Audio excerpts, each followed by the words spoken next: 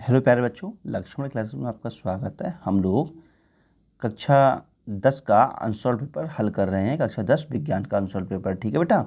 तो सेट 3 करना है सन 2020 का हम लोगों के लिए 824 NL, ठीक है। तो देखते हैं पहला क्वेश्चन क्या है। पहला क्वेश्चन है, ध्यान समझेंगे। 1.5 कितना बेटा लिखा है, 1.5 वोल्ट विद्युत वाहक बल के सेल का आंतरिक प्रतिरोध 3 ओम है, तो सेल से प्राप्त धारा का अधिकतम मान कितना होगा। तो बेटा होगा 0.5 एम्पियर। कैसे होगा वो भी देख लो। बेटा देखा है विद्युत वाहक बल, तो विद्युत वाहक बल को हम ई से प्रेस करते हैं, तो ई इक्वल टू दे रखा है। जब मैं साफ साफ लिख देता हूँ, तो बेटा देखो ई इक्वल टू दे रखा है 1.5 वोल्ट, ठीक है। उसके बाद लिखा है आंतरिक प्रतिरोध स्मॉल आर इक्वल टू देखा है 3 ओम, ठीक है। तो कह रहा है कि हमें अधिकतम आई मैक्सिमम बताइएगा, अधिकतम धारा क्या होगी, ठीक है। तो हम फॉर्मूला जानते हैं। फॉर्मूला होता है I equal to B upon R plus small r, बेटा ठीक है। जब इंटरनल प्रतिरोध दिया होता है तो ये फॉर्मूला लगाते हैं, ठीक है। लेकिन हमें आई मैक्सिमम प्राप्त हो तो हम आर इक्वल टू 0 लेके चलते हैं, याद ध्यान रखना आप लोग। तो आई इक्वल टू क्या हो जाएगा, बी की वैल्यू क्या है बेटा, बी का मतलब यहाँ पे किससे है, ई स्मॉल कैपिटल ई, बी का मतलब यहाँ क्या है, कैपिटल ई, ठीक है बेटा। देखो तो ई अपॉन आर की वैल्यू 0 प्लस स्मॉल आर की वैल्यू कितनी है बेटा 3, ठीक है। और यहाँ पे ई की जगह क्या रखेंगे हम लोग 1.5, ठीक है। सॉल्व करेंगे तो 1.5 अपॉन 3, पॉइंट हटाएंगे तो 0 बढ़ जाएगा, 15 दूनी 30, तो आ गया 1/2, क्या आ गया 1/2, तो अर्थात आ गया 0.5 एम्पियर, ठीक है। तो इसका सोल्यूशन हमने कर रखा है, कॉपी पे देख लेना आप लोग, फिलहाल मैं भी समझा रहा हूँ, ठीक है। तो अगला क्वेश्चन जो है, अगला क्वेश्चन है बेटा कि पढ़ लेते हैं। एक अवतल लेंस, क्वेश्चन है बेटा एक अवतल लेंस, ठीक है। देखो बेटा एक अवतल लेंस की फोकस दूरी 5 मीटर है। तो बेटा अवतल लेंस कैसा होता है, अवतल लेंस ऐसे तो होता है, तो इसकी फोकस दूरी इधर को होती है बेटा, ठीक है। तो आएगी -5 मीटर, ठीक है। तो एफ इक्वल टू कितना आ गया बेटा, -5 मीटर है। तो इसकी क्षमता क्या होगी, पी इक्वल टू बताना है। हम जानते हैं पी इक्वल टू होता है 1/f, मीटर में वैल्यू दी हो तब, ठीक है। तो हो जाएगा बेटा P इक्वल टू 1/-5, ठीक है। तो इसको जब भाग देंगे तो आ जाएगा बेटा -0.2 डायोप्टर, ठीक है। तो ये वाला आंसर सही हो जाएगा आपका। इसका सोल्यूशन मैंने कॉपी में कर रखा है, देख लेना, पहले भी समझा दिया मैंने यहाँ पर, ठीक है बेटा। फिर लिखा है आपके घर, ठीक है। तो लिखा है आपके घर की टीवी में एक LED इंडिकेटर लगा है, ठीक है, जिस पर लिखा है जो कि 0.75 वोल्ट एवं 100 micro ampere 100 milli ampere per कार्य करता है, ठीक है बेटा। ये दिया हुआ है 100 माइक्रो एम्पियर है बेटा, ठीक है। 100 माइक्रो एम्पियर पर कार्य करता है, तो इसकी शक्ति क्या होगी, ठीक है बेटा। तो वैसे मिली होना चाहिए, ठीक है। तो मिली एम्पियर कर लो, चलो इसको मिली एम्पियर है, तो इसकी शक्ति क्या होगी, ठीक है। तो देखते हैं बेटा शक्ति क्या होगी, तो ध्यान समझेंगे शक्ति क्या होगी। तो यहाँ दे रखा है बी इक्वल टू क्या रखा है 0.5 वोल्ट, ठीक है। एवं शक्ति नहीं बेटा, ये धारा है, ठीक है, मिली एम्पियर में। तो आई इक्वल टू कितना रखा है 100 मिली एम्पियर है, ठीक है। तो पूछ रहा है इसकी शक्ति क्या होगी, तो हम जानते हैं P इक्वल टू क्या होता है BI, ठीक है बेटा। तो देखो P इक्वल टू बी की वैल्यू कितनी है यहाँ पर 0.75 मल्टीप्लाई आई की वैल्यू कितनी है 100 और MA, ठीक है, मिली एम्पियर। तो यहाँ पे क्या कहते हैं 75 मिली एम्पियर हो जाएगा इसका आंसर। समझ में आया नहीं आया, तो बेटा ये हो गया आपका पहला ऑप्शन सही, 75 मिली एम्पियर। नहीं ये वाट में दे रखा है भाई, हाँ वाट हो जाएगा ये, ठीक है बेटा। ये हो जाएगा वाट, मात्रक वाट हो जाएगा ना, मिली तो ना रहेगा बेटा, ये वाट हो जाएगा। समझ में आ गया बेटा, ठीक है। चलो अब देखते हैं अगला क्वेश्चन। तो अगला क्वेश्चन है प्रकाश का वेग निम्नलिखित में से प्रकाश का वेग निम्न में से किस माध्यम में सबसे अधिक होगा? तो बेटा वायु में प्रकाश का वेग सबसे ज़्यादा होता है, ठीक है। तो बेटा वायु में सबसे ज़्यादा वेग होता है, लेकिन यहाँ पर एक ऑप्शन निर्वात भी दिया है, तो निर्वात सही हो जाएगा, ठीक है बेटा। अगर निर्वात नहीं होता तो वायु निर्वात, लेकिन यहाँ पे निर्वात ठीक होगा। समझ में आ रहा है बेटा? तो ये ऑब्जेक्टिव मैंने जितने आपको समझाए हैं ना, अगर आपको समझ में नहीं आए हो तो नीचे सोल्यूशन दिया है, वो आप देख लेना ध्यान से, ठीक है। और बेटा जितने ये क्वेश्चन है ना सब लिखे हुए, सब के आंसर नीचे लिखे हैं, वो मैं आपको समझाता हूँ एक एक करके, ठीक है। तो बेटा देखेंगे ज़रा, देखो पहले का सोल्यूशन का आंसर तो रहा ये, पहले का काका, ठीक है बेटा। देखो ये सोल्यूशन रहा, ठीक है, इसको नोट कर लेना आप लोग, ठीक। उसके बाद दूसरा क्वेश्चन है बेटा, दूसरे क्वेश्चन का सोल्यूशन रहा ये वाला, ठीक है। उसके बाद तीसरा क्वेश्चन है बेटा, तीसरा क्वेश्चन का सोल्यूशन रहा ये, ठीक है। तो बेटा मैंने यहाँ पे ये चेंज कर लिया था, बस चेंज करने की कोई आवश्यकता नहीं है, यहाँ पे आंसर ऐसे ही आ रहा है यहाँ पर हमारा मिली एम्पियर, ठीक है, चेंज करने की कोई आवश्यकता नहीं थी, ठीक है। तो ये काट देना, तो आ जाएगा आपका 75 मिली एम्पियर वाट, 75 मिली वाट। समझ में आया बेटा? ठीक है, चलो आगे बढ़ते हैं हम लोग। तो 75 मिली वाट आ जाएगा, ये देखो, ठीक है। अब बेटा यहाँ है ना, हमने सारे क्वेश्चन को एक कॉपी में लिख रखा है आंसर, तो आप यहाँ से भी नोट कर सकते हैं, ठीक है। तो ऑब्जेक्टिव हमने बताए थे अभी, ये देखो, ये देखो निर्वात। अब यहाँ सॉल्व करते हैं हम लोग, ठीक है बेटा। लिखा है दूसरे का है, एक छात्र कक्षा में श्यामपट्ट पर लिखे अक्षरों को ठीक ढंग से नहीं देख पा रहा है, तो इसकी आँख में कौन सा दोष होगा और इसको कैसे दूर किया जा सकता है? ठीक है बेटा। तो छात्र की आँख में निकट दृष्टि दोष है और इस दोष को दूर करने के लिए हम अवतल लेंस का यूज करते हैं। समझ में आ रहा है बेटा? देखो बेटा मैं आपको एक बात बता दूं, ठीक है, ध्यान समझना ज़रा। देखो बेटा एक बात याद रखना, जिस व्यक्ति को जो दोष होता है वही साफ देख पाता है। जैसे किसी को निकट दृष्टि दोष है ना, तो वो निकट का साफ देख पाएगा। समझ में आया? किसी को निकट दृष्टि दोष है तो वो निकट का साफ देख पाएगा, लेकिन दूर का साफ नहीं देख पाएगा। तो यहाँ बताया रहा है कि श्यामपट्ट पर लिखा हुआ साफ नहीं दिख रहा है, इसका मतलब दूर का साफ नहीं दिख रहा है, लेकिन निकट का दिख रहा है ना साफ। जब निकट का साफ दिखेगा तो निकट दृष्टि दोष होगा, अर्थात जो भी साफ दिखता है वही दोष होता है। समझ में आया? जिस व्यक्ति को जहाँ तक का साफ दिखता है, अगर किसी व्यक्ति को दूर का साफ दिख रहा है तो तो हम कहेंगे दूर दृष्टि दोष। ठीक है, निकट का साफ दिख रहा है पर तो दूर का तो नहीं दिख रहा है ना, निकट का साफ दिख रहा है तो वहाँ होगा निकट दृष्टि दोष। तो यहाँ निकट दृष्टि दोष होगा बेटा, इसको निवारण के लिए हम अवतल लेंस का यूज करते हैं। फिर लिखा है कोहरे के समय वाहनों में सोडियम प्रकाश क्यों वांछित होता है? ठीक है बेटा, तो कोहरे के समय वाहनों में सोडियम प्रकाश इसलिए यूज करते हैं क्योंकि इसका तरंगदैर्घ्य ज़्यादा होता है और ये पीले रंग का होता है, जिससे कि कोहरे के कणों में ये विभक्त नहीं हो पाता या नहीं बट पाता है और सीधे निकल जाता है। समझ में आ गया बेटा? तो लिखा है कोहरे के समय वाहनों में सोडियम प्रकाश को क्यों वांछित करते हैं, इसका मतलब ये सोडियम प्रकाश को क्यों वरीयता देते हैं या हम इसका यूज क्यों करते हैं। ठीक है, तो हमसे समझ में आ गया होगा। अगला क्वेश्चन देखते हैं। अगला क्वेश्चन है आपके घर के विद्युत मीटर पर 250 वोल्ट 20 एम्पियर लिखा है। आप इस मीटर से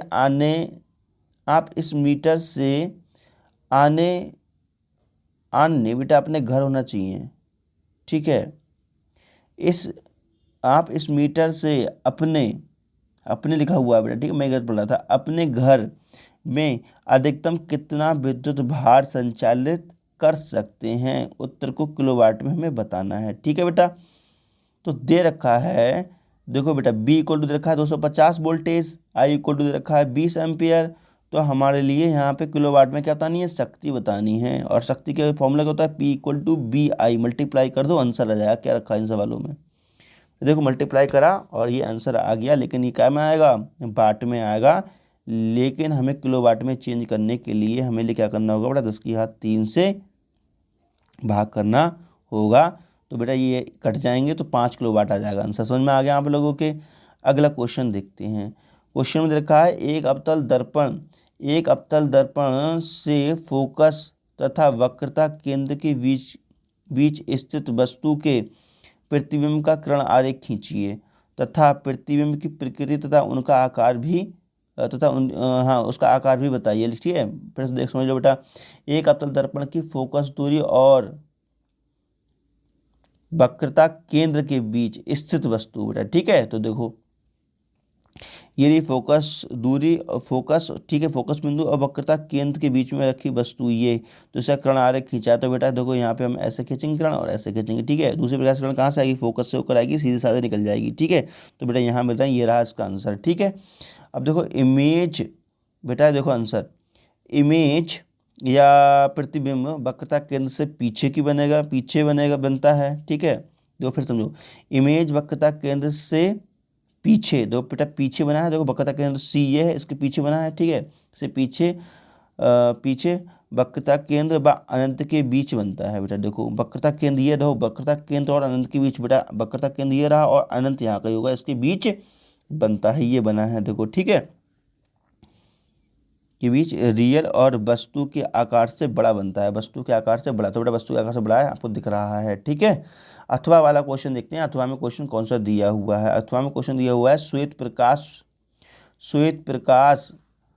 प्रकाश का प्रिज्म द्वारा वर्ण विक्षेपण की घटना को चित्र द्वारा समझाइए। किस रंग की किरण सबसे अधिक विचलित होती है। ठीक है बेटा, देखो इसका प्रैक्टिकली मैंने कराया है, आप अपने ही चैनल पे, जो चैनल अपना है ना लक्ष्मण क्लासेस पे देखना है, प्ले लिस्ट में जा करके फनी एक्सपेरिमेंट, उसमें इसका मैंने प्रैक्टिकल भी कराया, थ्योरी भी लिखी हुई है, वहाँ देख लेना, बड़ा मजेदार लिखा हुआ है। ठीक है, बच्चे कर रहे हैं प्रैक्टिकल। फिलहाल आप इसको समझो, वर्ण विक्षेपण किसे कहते हैं बेटा। ठीक है, लिखा है श्वेत प्रकाश का प्रिज्म द्वारा वर्ग विक्षेपण की घटना को चित्र द्वारा समझाइए बेटा। ठीक है, तो बेटा देखो ऐसा है, बड़ा विक्षेपण कहते किसे हैं, जब किसी प्रिज्म से, देखो बेटा ये प्रिज्म से सनलाइट गुजरती है, तब ये देखो 7 रंगों में विभक्त हो जाती है। इस परिघटना को हम क्या बोलते हैं, बर्ण विक्षेपण कहते हैं। ये बेटा ने कर लिखे हुए हैं सारे, आप याद कर लेना। ठीक है, और इसको हम बोलते हैं स्पेक्ट्रम, सभी समूह को। समझ में आ गया बेटा, फिर समझ में आया, फिर समझ लो। अच्छा, वर्ण विक्षेपण कैसे कहते हैं, जब श्वेत प्रकाश से किरण किसी प्रिज्म से टकराती है, टकराने के पश्चात या अपवर्तन के पश्चात ये 7 रंगों में विभक्त हो जाती है, इस परिघटना को हम वर्ण विक्षेपण कहते हैं। ठीक है बेटा, जब सूर्य का प्रकाश किसी प्रिज्म से गुजरता है, तब ये 7 रंगों में विभक्त हो जाता है या बट जाता है, इस परिघटना को वर्ण विक्षेपण कहते हैं। बैगनी रंग के लिए कांच का वर्तनांक सबसे अधिक होता है, अतः बैगनी रंग प्रकाश में सबसे ज़्यादा, मतलब प्रिज्म से निकलते समय सबसे ज़्यादा क्या होगा बेटा, झुक जाएगा या विचलित हो जाएगा। तो देखो बैगनी कलर सबसे नीचे आया है। समझ में आया, तो इसका आंसर नोट कर लेना आप लोग। अब देखते हैं बेटा, ये अच्छा क्वेश्चन है, बहुत बढ़िया क्वेश्चन है, लेकिन खास बात ये है ना, आंतरिक प्रतिरोध वाले हमारे एनसीईआरटी सिलेबस में कोई क्वेश्चन दिया नहीं है, लेकिन कोई बात नहीं है, जब दिया है ना तो हम करेंगे जरूर। आंसर पेपर में दिया हुआ है, वेरी स्मॉल r = दिया हुआ है आंसर पेपर में। ठीक है, आंतरिक प्रतिरोध है ये। निम्न परिपथ में प्रवाहित होने वाली धारा का मान ज्ञात कीजिए। सेल के सिरों के बीच वोल्टता भी बताइए बेटा। समझ में आ रहा है बेटा, तो हमें वोल्टता बतानी है। तो बेटा देखो आंतरिक प्रतिरोध यहाँ दिया हुआ है। ठीक है, तो वोल्टता जो होती है ना, वो क्या होती है, किसी सेल के अंदर की जो पोटेंशियल होता है ना, उसको वोल्टता कहते हैं। तो B' = फॉर्मूला होता है E-IR, इसको हम वोल्टता कहते हैं बेटा। ठीक है, जो टोटल विद्युत वाहक बल दिया होता है, विद्युत वाहक बल का मतलब ये, जो विद्युत वाहक बल दिया होता है उसमें से हम IR घटा देते हैं। कितना घटा देते हैं बेटा, IR घटा देते हैं, तब ये क्या बन जाती है, वोल्टता बन जाती है। समझ में आ रही है बेटा बात। तो सबसे पहले हम क्या काम करेंगे, हम यहाँ पे टोटल वोल्टेज निकाल लेंगे, वो निकाल लेंगे। पहले प्रतिरोध कितना होगा बेटा, तो ध्यान से समझेंगे। देखो एक बात समझो, अच्छा देख रहे ध्यान से, देखो यहाँ पर बेटा इस प्रतिरोध में, इस परिपथ में देखो बेटा, ये प्रतिरोध और ये प्रतिरोध कैसे हैं, दोनों श्रेणी क्रम में है नहीं है, देखो हमने ऐसे लिख दिया श्रेणी क्रम में है नहीं है, तो पता है जब श्रेणी क्रम में होते हैं तो सीधे सीधे ऐड हो जाती हैं, तो सीधे सीधे ऐड हो जाएंगे तो कितने हो जाएंगे, ये हो जाएंगे 5, कितने हो जाएंगे 5, ठीक है।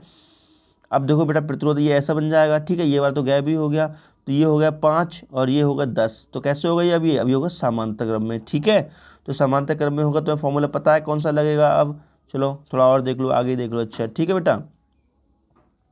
देखो श्रेणी क्रम में होगा तो श्रेणी क्रम में देखो कितना हो गया, यहाँ पर आर की वैल्यू कितनी आ गई, आर की वैल्यू आ गई यहाँ पर 2 + 3 = 5 आ गई, समझ में आ गया बेटा, ठीक है। अब देखो अब क्या है, अब समांतर क्रम में आ गए हैं, आपको भी बताया था मैंने बेटा, वो कैसे होगा ये, अब ये होगा समांतर क्रम में, ठीक है। तो नया डायग्राम ये बन गया हमारा, क्योंकि 5 तो अभी निकाला है। अब ये देखो आपस में कैसे हो रहे हैं, देखो ये प्रतिरोध ये प्रतिरोध कैसे हो रहे हैं बेटा, समांतर क्रम में हो रहे हैं एक दूसरे के लिए, ठीक है। तो हम यहाँ पे इसका आर निकाल लेंगे, हम नया आर निकाल लेंगे, ठीक है। तो यहाँ पे जो आर हो जाएगा बेटा, तो क्या होता है समांतर क्रम का formula R1 × R2 / R1 + R2, ठीक है। ये फॉर्मूला हमने पुट कर दिया, तो यहाँ पे आ गया 10/3, समझ में आया बेटा। तो अब देखो बेटा, अब ये दोनों को गैप करके क्या कर देंगे, एक नया बना देंगे, 110/3 ये रहा बेटा, देखो ये 10/3 और ये रहा 10 और ये रहा अपना 0.5 का आंतरिक प्रतिरोध, समझ में आया बेटा। चलो अगले बढ़ते हैं। अब देखेंगे बेटा यहाँ पर होता है क्या, यहाँ पर ये 10/3 और ये एक दूसरे कैसे हैं, समांतर हैं, तो यहाँ फिर से वही फॉर्मूला अप्लाई हो जाएगा R1/R2 वाला, ठीक है। तो आएगा 5/2 सॉल्व करने पर, ठीक है। फिर नया बना लेंगे बेटा, नया एक चित्र बना लेंगे इसको समझने के लिए, ठीक है। अब देखेंगे यहाँ पर हमने क्या काम किया है, टोटल प्रतिरोध कितना हो गया 5/2, ठीक है। ये आंतरिक कितना है, आंतरिक प्रतिरोध R = 0.5 एम्पियर, ठीक है, एम्पियर नहीं भैया ओम, ठीक है बेटा।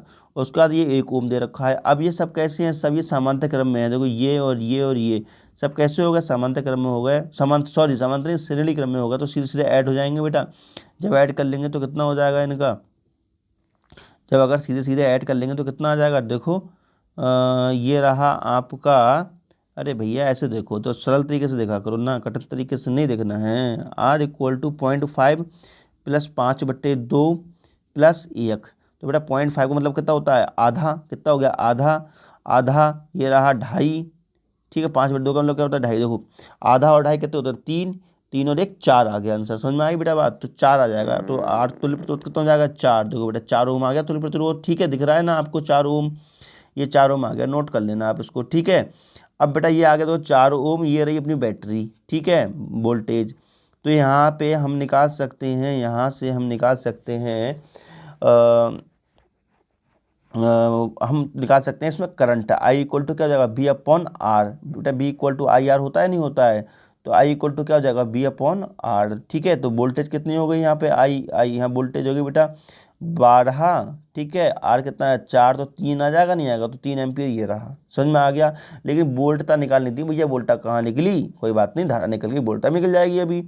तो वोल्टता का बेटा फॉर्मूला होता है, आंतरिक प्रतिरोध दिया है तो वोल्ट का फॉर्मूला है सेल का प्रतिरोध V = E - IR, ई क्या है बेटा, ई है विद्युत वाहक बल, इसे हम ई से प्रदर्शित करते हैं या हम बी से भी प्रदर्शित करते हैं। तो बेटा कितना दे रखा है यहाँ पर, ये दे रखा है 12, बैटरी लगी है ना 12 वाली, ठीक है। तो ये रहा 12 माइनस के 3, 3 निकाला था अभी हमने आई, ठीक है, और आंतरिक प्रतिरोध रहा ये, मल्टीप्लाई कर लेंगे तो ये हो जाएगा तुम्हारा, या हम इसको लिख सकते हैं 1/2, ठीक है। तो सोल्यूशन करेंगे कुल मिला के 10.5 वोल्ट इसका आंसर आ गया, ठीक है, समझ में आ गया बेटा। अगले बढ़ते हैं, अथवा वाला क्वेश्चन है, आपके घर में प्रयुक्त 1.5 किलोवाट का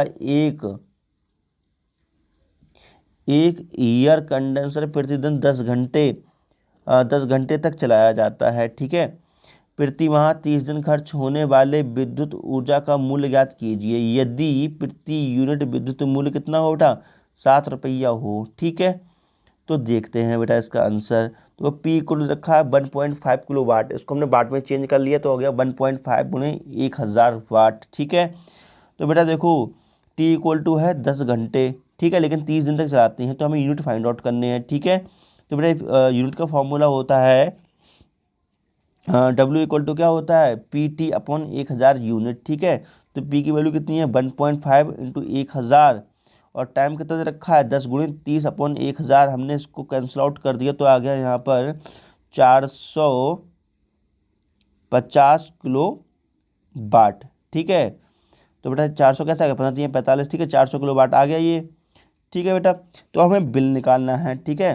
तो बिल निकालने के लिए क्या काम करते हैं, number of unit into rate. तो नंबर ऑफ यूनिट कितने हैं, 450, और रेट क्या है बेटा, 7 रुपये चल रहा है, तो बेटा 3150 इसका आंसर आ गया। समझ में आ गया बेटा, इसको ध्यान समझ लेना। अगला क्वेश्चन ये है, प्रत्यावर्ती धारा एवं दिश धारा में अंतर लिखिए, ठीक है। प्रत्यावर्ती धारा एवं दिश धारा में अंतर लिखिए। एक प्रत्यावर्ती धारा जनयंत्र का सिद्धांत एवं कार्यविधि संक्षेप में समझा दीजिए, ठीक है बेटा। और आवश्यक चित्र भी बनाना है। तो सबसे पहले हमें क्या काम करना है, सबसे पहले तो भैया हमें प्रत्यावर्ती धारा और दिष्ट धारा में अंतर बताना है। उसके बाद क्या करना है, हमें एसी जनरेटर बनाना है और उसके वर्किंग बतानी है, ठीक है। तो सबसे पहले हमने क्या काम किया, दोनों धाराओं में अंतर लिख रहे हैं, प्रत्यावर्ती धारा एवं दिष्ट धारा। तो प्रत्यावर्ती धारा वह धारा होती है जिसका परिमाण एवं दिशा से समय अंतराल में बदलती रहती है बेटा, ठीक है, आवर्त रूप से समय अंतराल में बदलती रहती है। लेकिन इसमें क्या होती है बेटा, दिष्ट धारा वह विद्युत धारा होती है जिसका परिमाण और दिशा समय के साथ फिक्स रहती हैं, ठीक है बेटा। दिष्ट धारा में क्या होता है बेटा, ये फिक्स रहती हैं, परिवर्तित नहीं होती हैं, ठीक है। और प्रत्यावर्ती धारा एसी डायनेमो से प्राप्त की जा सकती है, जबकि ये कहाँ से प्राप्त की जाती है बेटा, ये प्राथमिक सेलो डीसी डायनेमो द्वारा दिष्ट धारा प्राप्त की जा सकती है। ये रहा अंतर है। प्रत्यावर्ती जनित्र देखते हैं बेटा, प्रत्यावर्ती मतलब एसी जनरेटर देखते हैं बेटा, ठीक है। तो एसी जनरेटर बड़ा इंपॉर्टेंट है, ये हर साल पेपर में आता है आपके। तो देखेंगे बेटा, इसका चित्र वित्र देखेंगे और इसकी वर्किंग समझेंगे कैसे ये वर्क करता है, ठीक है। तो चित्र में आपको समझा देता हूँ अच्छे से, ध्यान समझना बेटा, ठीक है। तो मैं सबसे पहले बनाकर दिखा देता हूँ बेटा। देखो ये एक आयताकार ABCD कुंडली है, समझ में आया बेटा इतना। ये ABCD आयताकार कुंडली है, ये शक्तिशाली चुंबक N है और दूसरा शक्तिशाली चुंबक S है बेटा। ये इसके बीच में एक कुंडली रखी हुई है, ठीक है, समझ में आ रहा है। उसके बाद क्या है, उसके बाद बेटा यहाँ पे हम बनाते हैं स्प्लिट रिंग। ये स्प्लिट रिंग है एक, ठीक है, जो कि क्या है, ये धुरा होता है ना, ये धुरा इस पर चिपका रहता है, स्प्लिट रिंग है। यहाँ पे बेटा ये ब्रश बना देते हैं हम, ठीक है। उसके बाद दूसरा ये रिंग बनाते हैं हम, यहाँ पे ब्रश ऐसे लगा हुआ है, समझ में आ रहा है बेटा। उसके बाद इसको हम क्या काम करते हैं, एक गैल्वेनोमीटर से जोड़ देते हैं, जो कि चित्र में दर्शाया गया है। यहाँ X लिख दो, यहाँ Y लिख दो, समझ में आ रहा है बेटा। ये चुंबकीय क्षेत्र की दिशा हो गई B, समझ में आया, ये चुंबकीय क्षेत्र की दिशा हुई B, ठीक है। अब इसको हम लोग रोटेट कराने हैं भैया, देखो हैंडल तो मानना पड़ेगा ना हम लोगों को। तो ऊपर की दिशा में ये जाएगा, ये ऊपर दिशा में जाएगा B, ठीक है, ये नीचे की दिशा में जाएगा। देखो बेटा ये लिखा है ना, ऊपर दिशा में B और ये नीचे की दिशा में B जाएगा, ठीक है।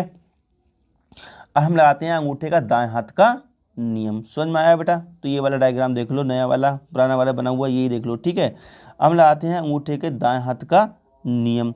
तो बेटा अंगूठे का दाएं हाथ का नियम क्या होता है, ध्यान समझेंगे।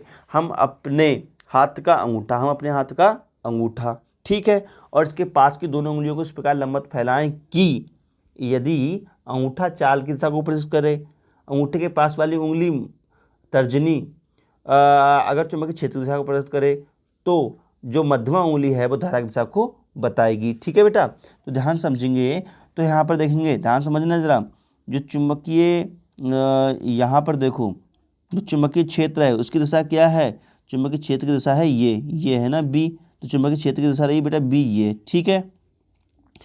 और यहाँ पर जो वो लग रहा है, क्या कहते हैं, चाल का मतलब फोर्स लग रहा है, चाल के लिए ऊपर के लिए घुमा रहे हैं ना हम, ऐसे B ऊपर के लिए घुमा रहे हैं ना। तो अब देखो बेटा, अपने हाथ का अंगूठा है ना, अंगूठा करो आप ऊपर के लिए, अंगूठा ऊपर के लिए करो, अभी करो ऊपर के लिए, अपने सिर की तरफ ऊपर कर लिया आप लोगों ने अंगूठा, ठीक है। और जिधर मैंने ये B लिखा है ना, इस साइड में अपनी करो, अंगूठे के पास वाली उंगली करो इस साइड में, देखो करी होगी आपने, ठीक है, मुझे उम्मीद है करी होगी। तो देखो धारा की दिशा क्या आ रही है, धारा की दिशा आ रही होगी ऊपर की ओर, धारा की दिशा क्या आ रही है, धारा की दिशा आ रही होगी ऊपर की ओर। तो बेटा धारा की दिशा जाएगी ऊपर की तरफ। मैं वर्किंग समझा रहा हूँ अच्छे से आपको बेटा, धारा की दिशा ये आ गई, ठीक है। उसके बाद बेटा यही कंडीशन लगाएंगे तो इस प्रकार धारा ये आनी बहनी स्टार्ट हो जाती है बेटा। ये देखो धारा स्टार्ट हो गई, ठीक है। तो ये रही इसकी वर्किंग, ओके। अब देखते हैं बेटा इसका सिद्धांत क्या है। तो सिद्धांत क्या होता है, वर्किंग में समझा दी, फिर से आएगी वर्किंग अभी, ठीक है। अभी तो खाली संरचना बताई थी बेटा, वो सिद्धांत देखेंगे। सिद्धांत में जब किसी कुंडली को चुंबकीय क्षेत्र में घुमाया जाता है तो चुंबकीय फ्लक्स में परिवर्तन होने के कारण उस कुंडली में प्रेरित धारा बहने लगती है। इस प्रकार यांत्रिक ऊर्जा विद्युत ऊर्जा में बदल जाती है। कार्य देखेंगे बड़ा वर्किंग विधि। जब आर्मेचर ABCD कुंडली को घुमाया जाता है, चुंबकीय फ्लक्स में परिवर्तन होने के कारण एक प्रेरित धारा उत्पन्न होने लगती है और हमें करंट प्राप्त हो जाती है, जो कि मैं आपको समझा चुका हूँ अभी। ठीक है बेटा। उसके बाद क्वेश्चन है, किसी चुंबकीय क्षेत्र में स्थित धारावाही चालक पर लगने वाले बल की दिशा ज्ञात करने के नियम लिखिए। देखो, किसी चुंबकीय क्षेत्र में स्थित धारावाही चालक पर लगने वाले बल की दिशा ज्ञात करने के लिए नियम लिखिए। चित्र की सहायता से एक विद्युत मोटर की कार्यविधि संक्षेप में भी बताइए। ठीक है। तो बेटा देखेंगे बल की दिशा ज्ञात करने का नियम। ठीक है बेटा। तो देखेंगे बल की दिशा ज्ञात करने के नियम क्या है। तो देखो, फ्लेमिंग के बाएं हाथ से, ठीक है बेटा, बाएं हाथ से, फ्लेमिंग के बाएं हाथ के नियम द्वारा बल की दिशा हम ज्ञात कर सकते हैं। इस नियमानुसार यदि हम अपने बाएं हाथ का अंगूठा और उसके पास की दोनों उंगलियों को इस प्रकार फैलाएं कि ये सभी लंबवत रहें, तब यदि अंगूठे के पास वाली उंगली चुंबकीय क्षेत्र को बता दे और उसके पास वाली जो उंगली है वो बता दे आपके लिए धारा की दिशा को, तो अंगूठा लगने वाले बल की दिशा को प्रदर्शित कर देता है। ठीक है बेटा। अब हमें मोटर के बारे में बताना है कि मोटर कैसे काम करती है, कैसे नहीं। तो ध्यान से समझेंगे बेटा मोटर की वर्किंग के लिए आप लोग। ठीक है। तो बेटा मोटर की वर्किंग में खास बात यह है कि स्प्लिट रिंग लगे हुए होते हैं। स्प्लिट रिंग समझे हैं आप लोग। स्प्लिट रिंग का मतलब होता है बेटा विभक्त वलय, कटे हुए रिंग। ठीक है। तो बेटा ये लगी हैं जो विभक्त वलय दिख रहे हैं आप लोगों के लिए, ये विभक्त वलय हैं। ये कार्बन के ब्रुश लगे होते हैं। ठीक है। तो सबसे पहले हम शुरू से स्टार्ट करते हैं समझना। बेटा देखो, एक हमने ABCD कुंडली ले ली है। ठीक है। तो बेटा ये रही ABCD कुंडली, ABCD कुंडली। इसको हम चुंबकीय क्षेत्र N और S के बीच में रख देते हैं। ठीक है। और बेटा ये रहा इसका धुरा, ये इसका धुरा रहा। ठीक है। और यहाँ पे हम विभक्त वलय लगा देते हैं, ये विभक्त वलय हैं। ठीक है। और यहाँ पे ब्रुश B1, ये B2 ब्रुश हैं। और बेटा इसको हम ऐड कर देते हैं ऐसे। समझ में आ गया ये। तो ये बेटा चित्र ये बना हुआ है, देख लो ध्यान से। ठीक है। अब इसकी थोड़ी वर्किंग समझते हैं कि कैसे कार्य करता है ये। ठीक है। तो जरा समझेंगे, एक्सप्लेन करता हूँ मैं इसको अच्छे से। तो प्यारे बच्चों ध्यान दें, ये बेटा मोटर है। क्या है ये? मोटर है। देखो दाहिना हाथ से हम, जो दाएं हाथ का नियम होता है उससे हम निकालते हैं जनरेटर का धारा। जनरेटर में धारा कैसे बहेगी। ठीक है।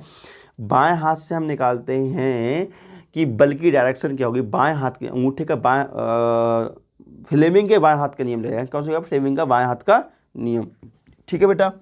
तो देखो ध्यान समझना, यहाँ पर क्या है कि जो चुंबकीय बल रेखा है उनकी दिशा ये है B। चुंबकीय बल रेखा की दिशा बता रहा हूँ बेटा, चुंबकीय बल रेखा की दिशा है B ये। ठीक है। ये रहा B। और यहाँ पर जो धारा बह रही है, धारा देखो हमने इधर से धारा बहवानी स्टार्ट की है। धारा ये रही, धारा ऊपर के लिए जा रही है। तो बेटा देखो ये रही B अपनी, और धारा जा रही है ऊपर के लिए, धारा जा रही है I ये। तो लगने वाला बल क्या होगा, ध्यान समझना बेटा। देखो अपना बायां हाथ लो, फटाफट बायां हाथ लो, अंगूठा करो ऊपर के लिए, सिर की तरफ। जहाँ सिर आपका अंगूठा ऊपर किया आपने। ठीक है। अब क्या काम करो, जो अंगूठे के पास वाली उंगली, ठीक सटीक वाली उंगली, वो चुंबकीय क्षेत्र को प्रेस करती है। तो चुंबकीय क्षेत्र की तरफ कर दो, इस साइड में उंगली करो अपनी। ठीक है। अंगूठे के पास वाली। उसके बाद जो आपके अंगूठे के पास वाली के उंगली के बीच में मध्यमा जो उंगली है, मध्यमा, इसको करो आप जो धारा की डायरेक्शन है उधर के लिए। ठीक है बेटा। तो आप देखेंगे कि जब आप धारा की डायरेक्शन की तरफ करते हैं तब देखो बेटा, धारा की डायरेक्शन देखो जा रही है ये। धारा की डायरेक्शन जो है ऊपर के लिए जा रही है। तो हमने ऊपर के लिए कर दी अपनी मध्यमा उंगली कर दी ऊपर के लिए। ठीक है। ऊपर साइड के लिए, इस साइड के लिए कर दी मध्यमा उंगली हमने, ये कर दो मध्यमा उंगली। ठीक है। उसके बाद हमने जो मध्यमा के सॉरी, मध्यमा उंगली नहीं, हाँ बेटा कोई मिस्टेक नहीं है, मध्यमा उंगली होगी। ठीक है। मध्यमा उंगली हम कर लें ऊपर के लिए। ठीक है। मध्यमा उंगली की डायरेक्शन क्या रख दें, देखो बेटा ऐसे है, ये चुंबकीय क्षेत्र है B और ये है I। ठीक है। तो I के लिए हम मध्यमा कर देंगे ऊपर के लिए। ठीक है। इस साइड में मध्यमा कर लो और चुंबकीय क्षेत्र की दिशा में इसको कर लो बेटा। ठीक है। तो बेटा जो यहाँ पर जो फोर्स की डायरेक्शन जो आएगी ना, वो अंदर के लिए आएगी। फोर्स की डायरेक्शन कैसे आएगी, अंदर के लिए आएगी फोर्स। तो बेटा अंदर के देखो फोर्स लग रहा है, देखो ये समझ में आया बेटा। और ये ऊपर के लिए, तो इस प्रकार क्या है, मोटर जो है ये घूमने लगती है। तो बेटा मोटर जो है घूमने लगती है। ठीक है, मोटर की वर्किंग समझ में आ गई आप लोगों के लिए। ओके, चलो अगले बढ़ते हैं। ये वर्किंग रही, तो वर्किंग यहाँ लिखी हुई है। जब बैटरी में कुंडली ABCD, मतलब पढ़ लेना आप, ठीक है, या पढ़ देता हूँ चलो। जब बैटरी में कुंडली ABCD, जब बैटरी से है लिखा हुआ, जब बैटरी से कुंडली ABCD में विद्युत धारा प्रवाहित करते हैं, तब कुंडली के सिरे पर नीचे की तरफ चुंबकीय बल लगता है और CD सिरे पर ऊपर की तरफ बल लगता है, जिसके कारण ABCD कुंडली एंटी क्लॉकवाइज घूमने लगती है। तो प्यारे बच्चों, अगर आपको ये वीडियो अच्छा लगा हो तो फटाफट कर दीजिए लाइक, चैनल कर दीजिए सब्सक्राइब, और सभी दोस्तों को बता दीजिए भैया यहाँ अनसॉल्व पेपर कराया जा रहा है। Okay, bye bye, thank you. और कोई दिक्कत आई हो बेटा, समझ में नहीं आया तो कमेंट कर देना, अगली वीडियो में आंसर दे देंगे। ओके।